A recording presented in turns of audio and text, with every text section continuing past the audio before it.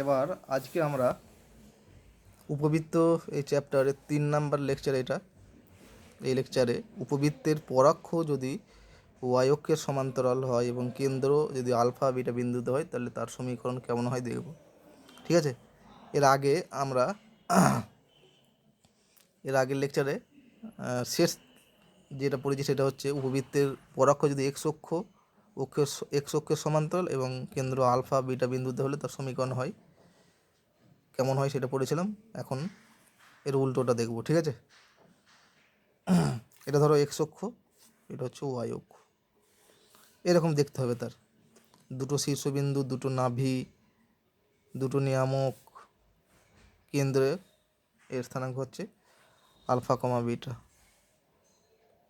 ঠিক আছে? তাহলে এক্ষেত্রে একই রকমভাবে আমরা প্রমাণ করতে পারি যে এক্ষেত্রে উপবৃত্তটার সমীকরণ হয়ে যাবে এক্স মাইনাস আলফা এর whole square by B square plus y minus beta এর whole square by A square equal to 1। এক্ষেত্রে a square greater than b square. ঠিক আছে? যেটা পরাক্ষ সেটাকে আমরা 2a ধরবো আর উপাক্ষটাকে 2b ধরবো। ঠিক আছে? তাহলে দেখো এ স্কোয়ারের ওপরে আছে ওয়াই আছে, ওয়াই মাইনাস বিটা স্কোয়ার আছে, তার মানে এর পরাক্ষটা কী হবে? ওয়াই অক্ষের সমান্তরাল হবে। ঠিক আছে? আর উপাক্ষটা এক্স অক্ষের সমান্তরাল। এরকমভাবে প্রমাণ করতে পারি ঠিক আগেরটার মতো। ঠিক আছে? তাহলে এক্ষেত্রে এই সমস্ত পয়েন্টগুলো মনে রেখে দিতে হবে। 1 নম্বর হচ্ছে পরাক্ষ কত? ওয়াই অক্ষের সমান্তরাল। আর উপাক্ষ এক্স অক্ষের সমান্তরাল।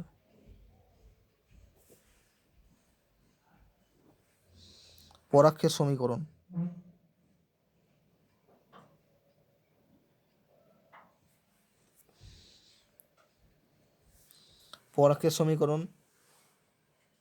কত হবে? যেহেতু পরক্ষটা যে ওয়াই অক্ষের সমীকরণ, তাহলে ওয়াই অক্ষের সমান্তরাল, তাই সমীকরণ হবে X minus alpha equal to 0। আর উপাক্ষের সমীকরণ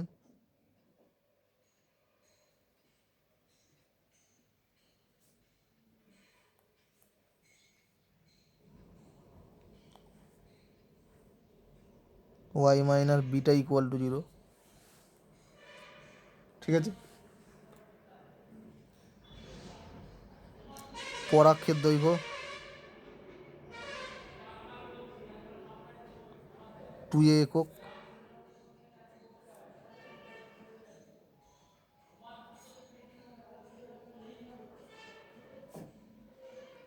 আর উপাক্ষের দৈর্ঘ্য 2b একক।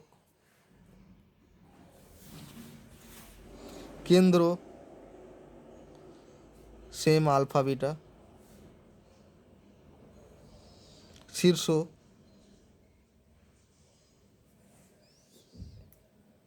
এক্ষেত্রে হয়ে যাবে alpha comma beta plus minus a. উৎকেন্দ্রতা ই এর মান হবে 1 minus b square by A square, এর রুট সর্বদা সেম। নাভি দুটো নাভি, একটা হচ্ছে আলফা কমা বিটা প্লাস এই, আর একটা হচ্ছে alpha comma beta minus a e. ঠিক আছে? দুটো নাভি আসছে আলফা, দুটো নাভির স্থানাঙ্ক একবারে লিখে দিলাম, alpha comma beta plus minus এই। নাভিদ্বয়ের মধ্যে দূরত্ব, এই দুটো পয়েন্টের মধ্যে দূরত্ব হয়ে যাবে 2a একক।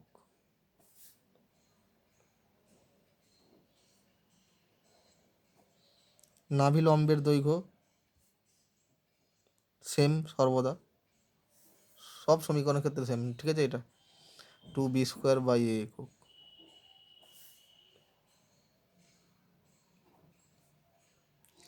নাভিলম্বের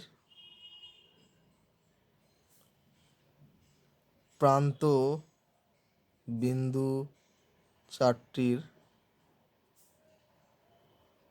স্থানাঙ্ক alpha plus b square by a comma beta plus a e alpha plus b square by a comma beta minus a e, ঠিক আছে। একটা নাভিলম্বের প্রান্তবিন্দু এবং আরেকটা নাভিলম্বের প্রান্তবিন্দু হচ্ছে alpha minus b square by a comma beta plus a e comma alpha minus b square by a comma beta minus a e.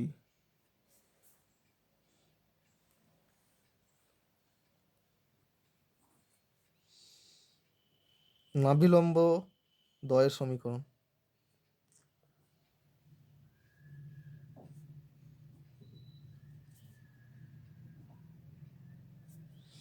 নাভিলম্ব দ্বয়ের সমীকরণ y equal to beta plus minus এই।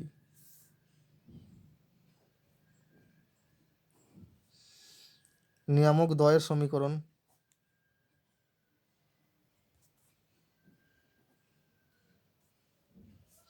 y equal to beta plus minus a by. আর নিয়ামক দুটির সমীকরণ আর নিয়ামক দুটির দূরত্ব, ঠিক আছে, 2a বাই।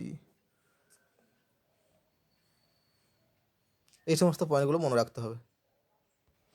তাহলে এই সূত্রগুলো কীভাবে মনে রাখবো দেখো, এই সমীকরণটা আর এই সমীকরণটা X square by A square X square by B square plus Y square by A square equal to 1, এর যে সমস্ত সূত্রগুলো ছিল আর এর যে সমস্ত সূত্র, এদের মধ্যে একটা সম্পর্ক আছে।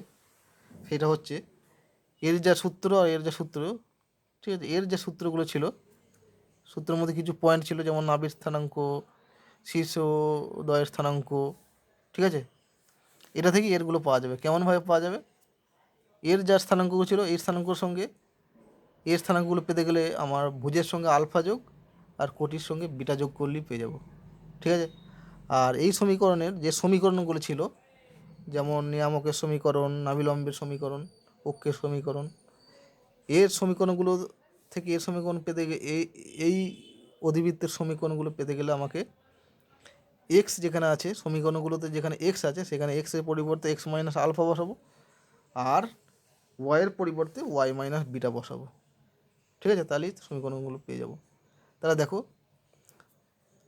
কেন্দ্র ছিল, এইটার কেন্দ্র ছিল 0 0, তাহলে 0-র সঙ্গে আলফা যোগ, আবার মানে ভুজের সঙ্গে আলফা, কোটির সঙ্গে যদি বিটা যোগ করি তাহলে কেন্দ্র হয়ে গেল আলফা বিটা, ঠিক আছে। এইটার শীর্ষবিন্দু কত ছিল? 0 প্লাস মাইনাস এই ছিল, তাহলে এইটার শীর্ষবিন্দু কত হয়ে যাবে? Alpha comma beta plus minus এটা হয়ে গেল, ঠিক আছে। কারণ ভুজের সঙ্গে আলফা যোগ আর কোটির সঙ্গে বিটা যোগ করলে এটাই হবে। উৎকেন্দ্রতা সর্বদা একই সব সমীকরণের ক্ষেত্রে। নাভির স্থানাঙ্ক একই রকমভাবে ও আগেরটা যা ছিল, ঠিক আছে, মানে এইটার যা আছে এর ভুজের সঙ্গে এক্স যোগ আর কোটির সঙ্গে ওয়াই যোগ করলে আমরা নাভির স্থানাঙ্ক এইটা পেয়ে যাব। বাদ বাকি সব স্থানাঙ্কগুলো পেয়ে যাব, ঠিক আছে। মানে ভুজের সঙ্গে আলফা যোগ আর কোটির সঙ্গে বিটা যোগ, ঠিক আছে। এখন সমীকরণগুলো দেখো, সমীকরণগুলো কি? এইটার ক্ষেত্রে মানে x square by B square plus Y square by A square equal to 1, ওইটার ক্ষেত্রে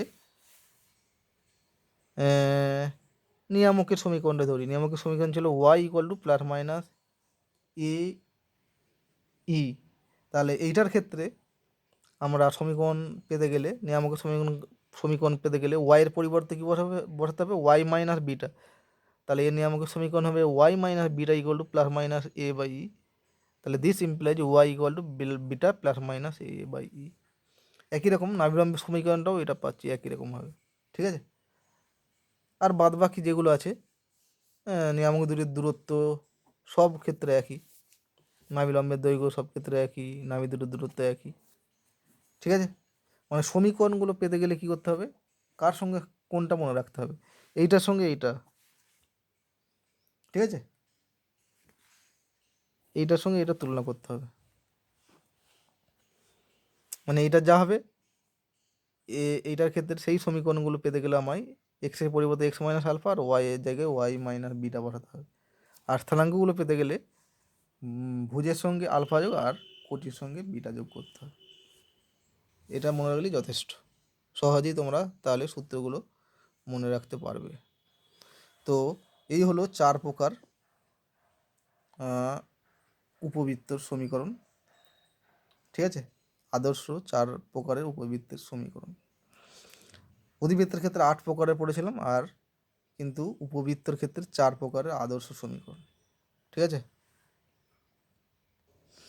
এরপর আমরা জানবো একটা উপবৃত্তের নাভি স্থানাঙ্ক যদি দেওয়া থাকে, নিয়ামকের সমীকরণ যদি দেওয়া থাকে এবং উৎকেন্দ্রতার মান যদি দেওয়া থাকে, তাহলে তার সমীকরণ কিভাবে নির্ণয় করতে হবে সেটা আমরা দেখব। ঠিক আছে, ধরো এই উপবৃত্তটার নাভির স্থানাঙ্ক দেওয়া হচ্ছে আলফা বিটা, আর উপবৃত্তের ওপর যে কোনো একটা বিন্দু ধরা হলো পি, যার স্থানাঙ্ক এক্স ওয়াই। পি থেকে নিয়ামকের ওপর, এটা নিয়ামক, একটা লম্ব টানা হলো, সেই লম্বের পাদবিন্দু ধরো এম, আর এই নিয়ামকের সমীকরণ ধরো a x plus b y plus c equal to 0 দেওয়া আছে। 3টা জিনিস দেওয়া আছে, নাভি, নিয়ামক আর উৎকেন্দ্রতা। তাহলে এর সমীকরণ কীভাবে বের করবো? তাহলে S P by P M equal to e হয় উপবৃত্তের ক্ষেত্রে। ঠিক আছে, ইটা লেস দ্যান 1। তাহলে দিস ইমপ্লাই কত হবে, এস পি এর whole square equal to e square P M এ স্কোয়ার। এখন এস পি মানে কত, এস পি মানে এস আর পি বিন্দুর মধ্যে দূরত্ব, এক্স মাইনাস আলফা এর whole square plus y minus beta এর হোল স্কোয়ার, তার রুট আছে আবার তার স্কোয়ার আছে, equal to e square P M মানে পি বিন্দু থেকে এই সরেখার ওপরে দূরত্ব কত হয়ে যাবে, a x plus b y plus c তার mod by root over a square plus b square. এটা হচ্ছে পি এম, তার স্কোয়ার আছে যেহেতু স্কোয়ার করে দিলাম। ঠিক আছে, তাহলে দিস ইমপ্লাই কত হয়ে যাবে দেখো, a square plus b square into x minus alpha এর whole square plus y minus beta এর whole square equal to e square a x plus b y plus c এর হোল স্কোয়ার। ঠিক আছে, এটাই হচ্ছে উপবৃত্তের সমীকরণ।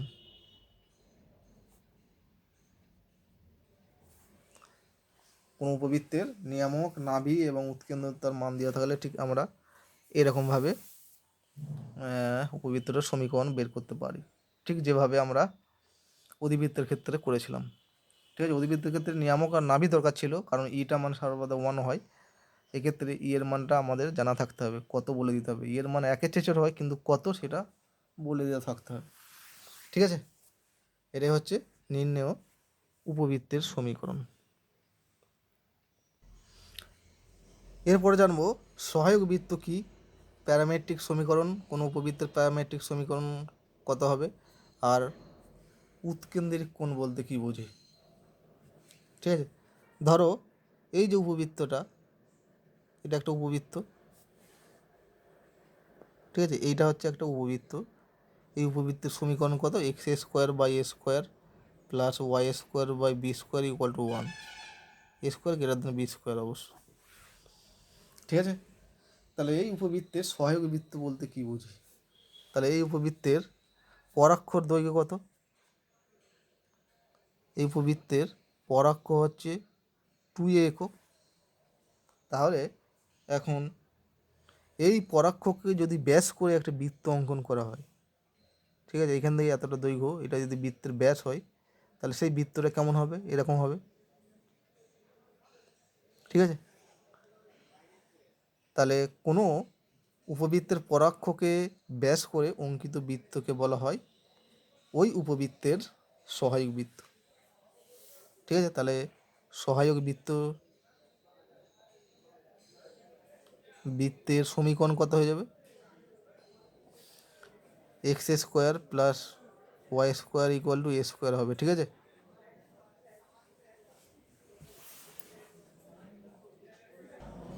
কারণ কি, এই সহায়ক বৃত্তের কেন্দ্র মূলবিন্দু মানে 0 0, আর ব্যাসার্ধ এখান থেকে এতটা পারে এ একক, তাহলে এই সহায়ক বৃত্তের সমীকরণ হচ্ছে x square plus Y square equal to a square, ঠিক আছে? এখন দেখো, এই উপবৃত্তের ওপর যে কোনো একটা বিন্দু নেওয়া হলো পি, সেই পি বিন্দু থেকে উপবৃত্তের পরাক্ষের ওপর লম্ব টানা হলো এন, তাহলে এটা পি, যার স্থানাঙ্ক ধরো এক্স ওয়াই, পি থেকে পরাক্ষের ওপর এন লম্ব টানা হলো, ঠিক আছে? এখন এই যে এনপিকে বাড়ানো হলো এই সহায়ক বৃত্তের পরিধি পর্যন্ত, ঠিক আছে? মনে করো এনপিটা সহায়ক বৃত্তের পরিধিকে কিউ বিন্দুতে ছেদ করলো, ঠিক আছে? সি কিউ যুক্ত করা হলো। সি কিউ মানে কি? সেটা হচ্ছে কেন্দ্র, উপবৃত্তের কেন্দ্র, ঠিক আছে? তাহলে সি কিউটা কত হবে? সি কিউটা হচ্ছে সহায়ক বৃত্তের ব্যাসার্ধ, তাহলে সি কিউটা হয়ে গেল তোমার এ একক, ঠিক আছে? সি এনটা কত হয়ে যাবে? সি এন, সি এনটা মানে কত? সি এনটা হচ্ছে কিউ বিন্দুর ভুজ বলতে পারি অথবা পি বিন্দুর ভুজ বলতে পারি, তাহলে সি এনটা হয়ে যাবে এক্স, ঠিক আছে? সি এনটা হলো এক্স। আবার এই এক্স মানে কত? এই অ্যাঙ্গেলটা মনে করো তোমার ফাই, মানে এন সি কিউ, এই অ্যাঙ্গেলটা ধরো ফাই, ঠিক আছে? অ্যাঙ্গেল এন সি কিউ এটা ধরো ফাই অ্যাঙ্গেল, ঠিক আছে? তাহলে সি এনটার মান কত হয়ে যাবে? সি এন মানে হচ্ছে সি কিউ কস ফাই, তার মানে হচ্ছে এ কস ফাই হয়ে যাবে। এটা ফিজিক্সের নিয়ম, ফিজিক্সও তোমরা পড়েছো, অথবা ম্যাথেরও নিয়ম, ঠিক আছে? লম্ববাই ভূমি করলে এটা পেয়ে যাবে, বা লম্ববাই অতিভুজ বা লম্ববাই ভূমি, এই সমকোণী ত্রিভুজ থেকে পেয়ে যাবে। এন সি কিউ সমকোণী ত্রিভুজ থেকে পাবো x equal to a cos phi, ঠিক আছে? এখন x square by A square plus Y square by B square equal to 1, এটা একটা অধিবৃত্ত, ঠিক আছে? এই অধিবৃত্তের ওপর পি বিন্দুটা আছে, ঠিক আছে? পি বিন্দু আছে, তাহলে পি বিন্দুর এক্স মানে ভুজটা আমরা পেয়েছি এ কস ফাই, এটা পি বিন্দু, ঠিক আছে? এই অধিবৃত্তের ওপর, এই উপবৃত্তের ওপর পি বিন্দুটা আছে, পি বিন্দুর ভুজটা এক্স এর পেলাম এ কস ফাই, আর ওয়াইয়ের মান জানি না, ওয়াই লিখলাম। এই অধিবৃত্তের ওপর এই বিন্দুটা আছে, তাহলে এই সমীকরণটা সিদ্ধ করবে এই স্থানাঙ্কগুলো। তাহলে অতএব a square cos square phi by A square plus Y square by B square equal to 1, এটা কেটে গেল, তাহলে this imply y square equal to b square into y square by B square মানে 1 মাইনাস কস স্কোয়ার, মানে এটা y square equal to হবে b square into 1 minus cos square, ঠিক আছে? তাহলে b square sine square phi, তাহলে this imply Y হয়ে যাবে বি সাইন ফাই, ওপরের দিকটা বি সাইন ফাই আর নিচের দিকটা হলে মাইনাস বি সাইন ফাই হতো, তাহলে দিস ইকুয়াল টু কত হলো পিএন, ওয়াই মানে পিএন, তার মানে হচ্ছে বি সাইন ফাই, ঠিক আছে?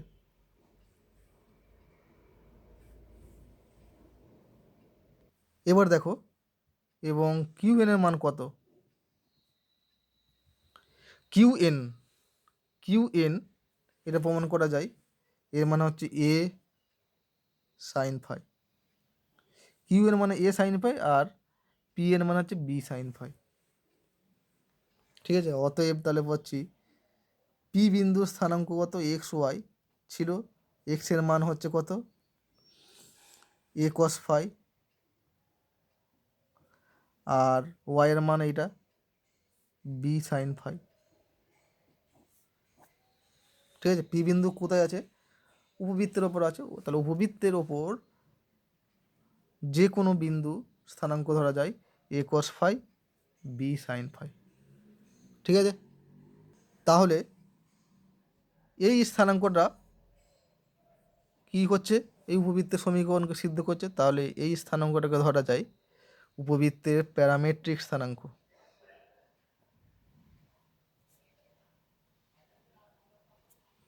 ঠিক আছে, তাহলে প্যারামেট্রিক সমীকরণ কত হয়ে যাবে,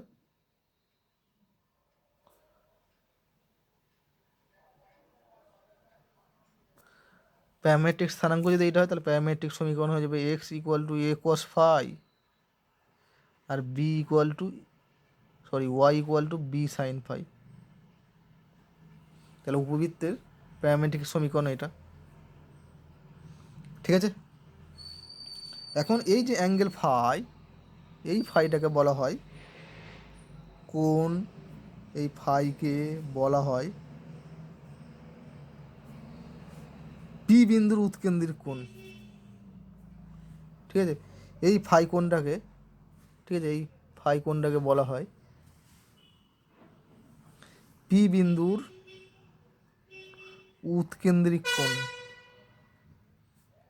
eccentric angle of the point a. ঠিক আছে, তাহলে তোমরা জানলে প্যারামেট্রিক স্থানাঙ্ক কি, প্যারামেট্রিক সমীকরণ কি, সহায়ক বৃত্ত কি, আর উৎকেন্দ্রিক কোণ কি। ঠিক আছে, তার মানে কোনো বিন্দুর উৎকেন্দ্রিক কোণ যদি ফাই দেওয়া থাকে তাহলে সেই বিন্দুর প্যারামেট্রিক স্থানাঙ্ক হবে a cos phi b sine phi. অনুরূপে কোনো বিন্দুর প্যারামেট্রিক স্থানাঙ্ক যদি a cos phi b sine phi হয় তাহলে তা বলতে পারি তার সেই বিন্দুর উৎকেন্দ্রিক কোণ হচ্ছে ফাই। এই জিনিসটা মনে রাখতে হবে। ঠিক আছে,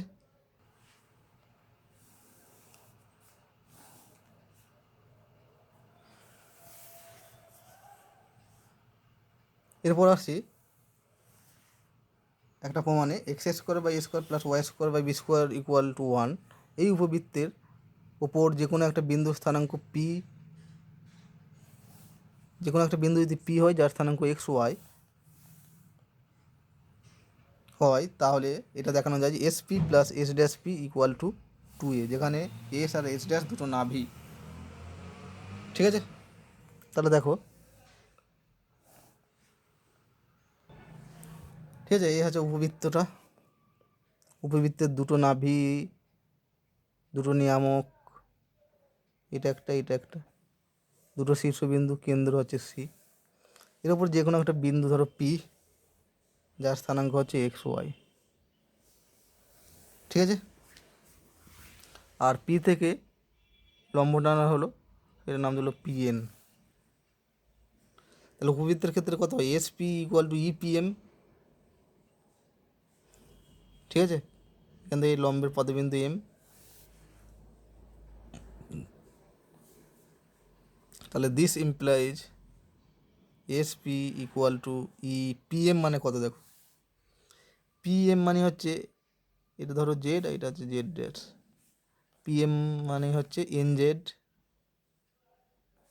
সমান ই, এন জেড মানে আবার কত, এন জেড মানে হচ্ছে সি জেড মাইনাস সিএন সমান ই, সি জেড মানে আবার কত, সি জেড, এখানে এতটা দৈর্ঘ্য হয় এ বাই ই মাইনাস সিএন মানে হচ্ছে এই বিন্দুর ভুজ এক্স। ঠিক আছে, এটা এক্স, এখানে এতটা ওয়াই, তাহলে এ সমান হচ্ছে এ মাইনাস ই এক্স, এবং এস ড্যাশ পি কত হয়ে যাবে ই পি এম ড্যাশ। ঠিক ঠিক আছে। S dash P equal to হয়ে যাবে ই পি থেকে এম ড্যাশ সমান ই পি এম ড্যাশ মানে কত, পি এম ড্যাশ মানে আবার জেড ড্যাশ এন, ঠিক আছে, জেড ড্যাশ এন সমান ই জেড ড্যাশ এন আমার মানে কি C Z dash plus C N সমান ই সি জেড ড্যাশ মানে কত,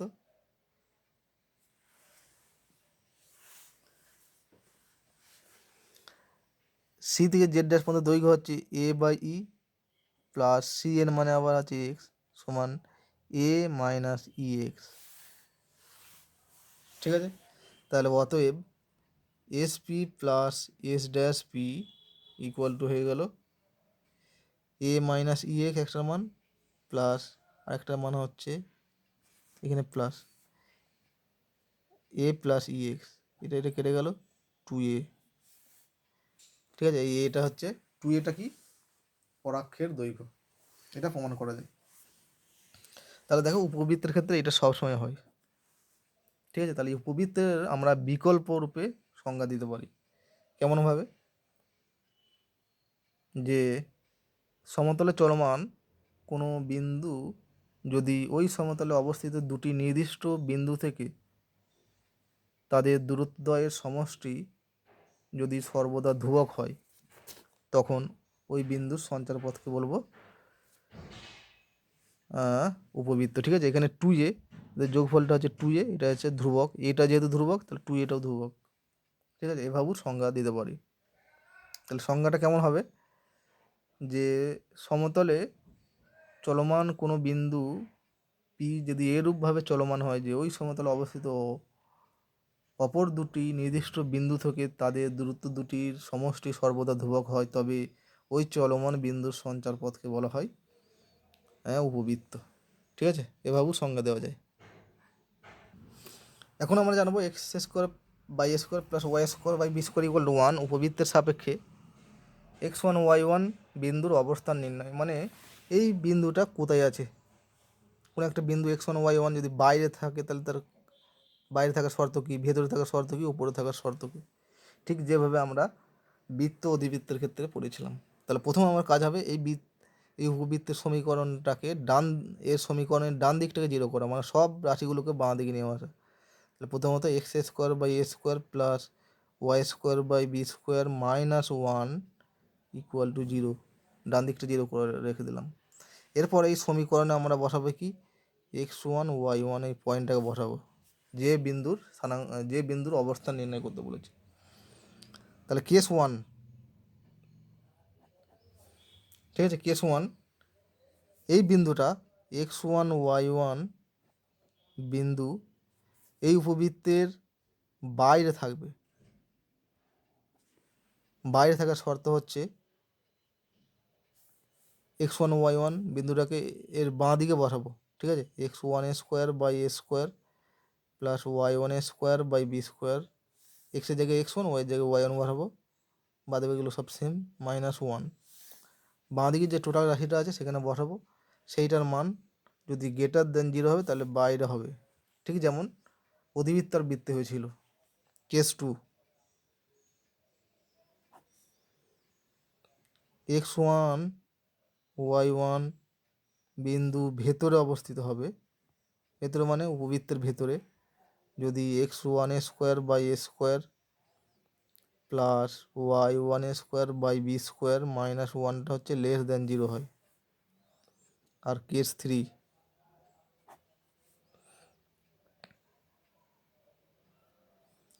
x1 y1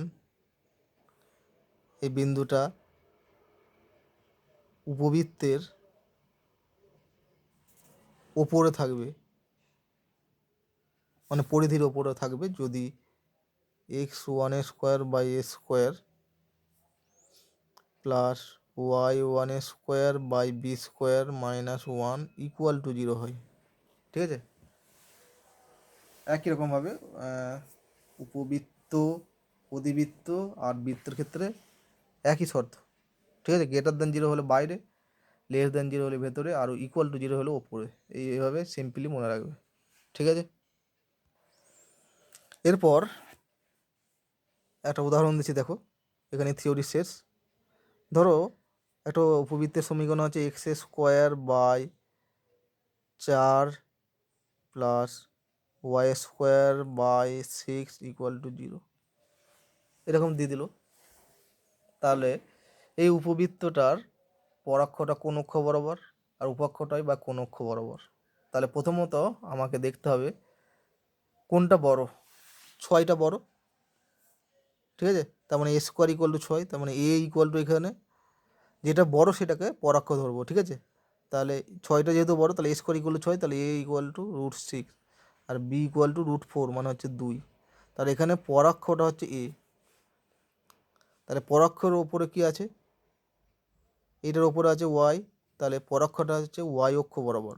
পরাক্ষ ওয়াই অক্ষ, ঠিক আছে। এর পরাক্ষটা হচ্ছে ওয়াই অক্ষ।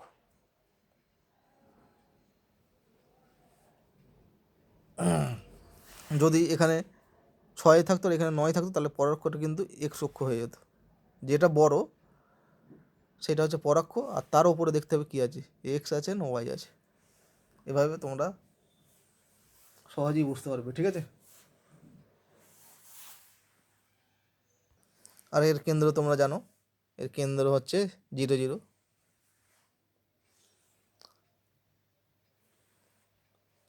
আর যদি এটা বলে এক্স স্কোয়ার বাই ধরো 15 plus Y square by 14 equal to 1,